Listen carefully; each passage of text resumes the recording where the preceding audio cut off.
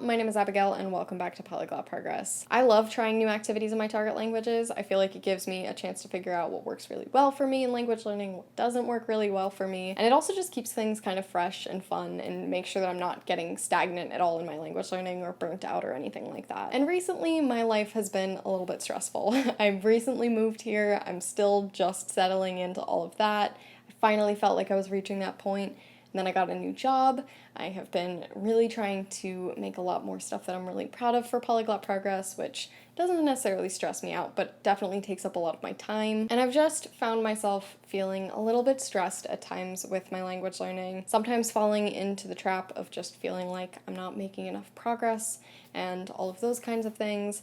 So I've been pushing myself to kind of think of new things that I can try out that might be really fun. And so today I'm going to share with you a list of 10 things that are inspired by the summer season, either by things that you do in summer or just the feeling of summer, and hopefully some of these will give you some new ideas for things that you can try out in your target languages. Number one is definitely a basic one, but this has been one of my favorite things this summer, and that is to study outside. This has honestly been one of my favorite things for a long time. I have been studying my target languages outside every summer for the past several years, and this year I've been especially loving it because the apartment that I moved into has a balcony, so I've definitely spent a lot of time sitting outside and studying my target languages. I feel like it's honestly motivated me to study my target languages even more, just so I have an excuse to go and sit outside on my balcony. I do know that this one is maybe not for everyone. I know some people are not a huge fan of warm weather or aren't a fan of the kind of weather that they get specifically in the summer. Personally though, I have been thriving in it. When it's one of those very classic Central Texas 100-degree days,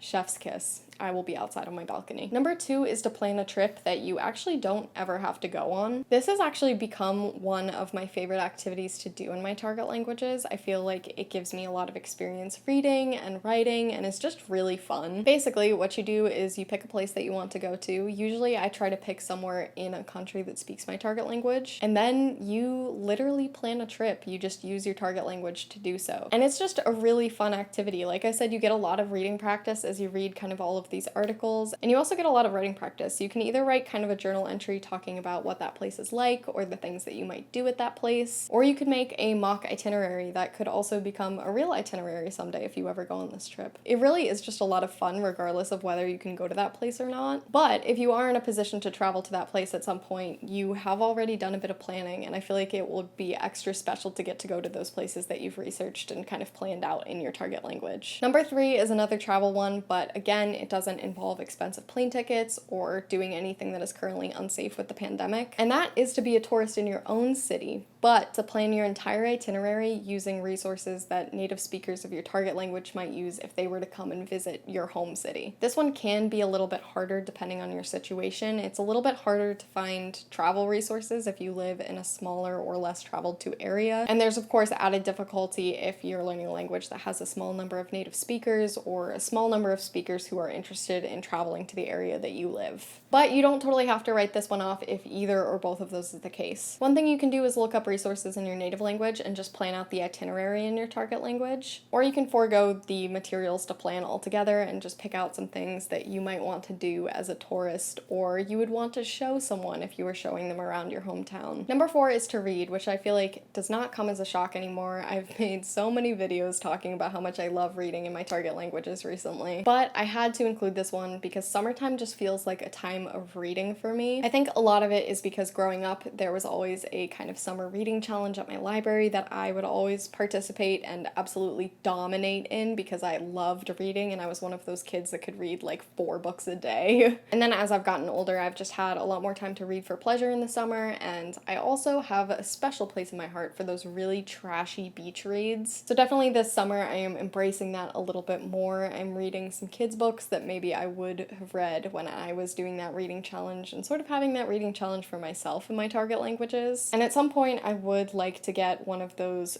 really cheesy romance books in one of my target languages and read that as well. I feel like the language will be really easy to understand and it will be fun. It will keep me wanting to read in my target language, and saying it's for language learning just gives me an excuse to read one of those really cheesy romance books.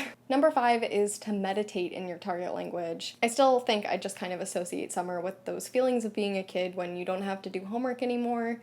You just get to relax and chill out. Plus, summer just has this kind of sleepy, lazy, warm vibes to it. So I think taking some time to meditate, to focus on yourself a little bit can be really good. And I feel like meditation is a great way to practice your target language because you're able to just kind of focus on the sounds and focus on the language a little bit more. Plus, a lot of meditations will have kind of mantras or things that they repeat over and over, so you get a chance to really sort of ingrain that phrase in your head. Plus, if you're someone who does regularly meditate, this can be a good way to just kind of fit more of your target language into your life.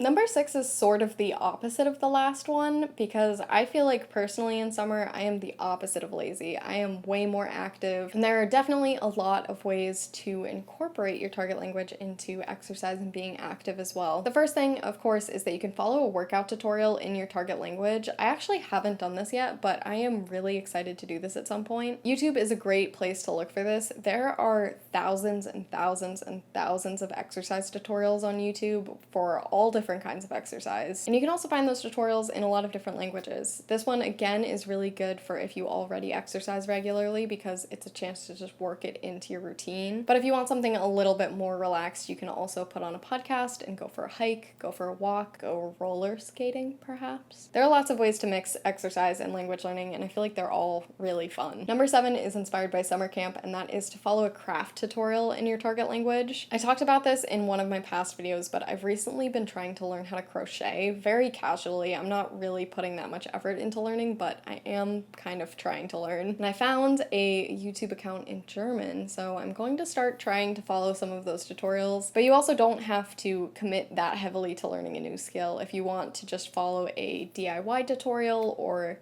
even a kid's craft tutorial, like how to make one of those turkeys where you trace over your hand or something, you could totally do that in your target language. And again, just learn a lot of new words, have some fun, go back to those childhood summer camp kids memories. I personally never actually went sleepaway camp as a kid. It has only been since I've been like an adult that I've gone to summer camp. So maybe you're kind of faking those memories, but I won't tell if you don't. Number 8 is to make a really great summer playlist in your target language. Music is just a great way to build motivation, I feel like, in learning your target language. I know one of the big reasons that I keep wanting to progress in my German is because I love German music so much. And it's also just a great way to continue to be exposed to the sounds of the language and maybe get a little bit more exposure to pop culture as well. Number 9 is to have a movie night in your target language. You can once again use this as an opportunity to embrace those childhood summer feelings and build a pillow fort to watch the movie from. Or if you have the ability, you can also put a sheet outside and use a projector or something like that to create kind of an outdoor drive-in type movie night as well. I can't do that one, so if you can, I would love to see pictures. I would love to vicariously live through you. But no matter how you set it up, watching a movie can be a great way to get some more exposure to your target language, and it is just once again a fun way to enjoy your summer as well. And number 10 is sort of not an activity, but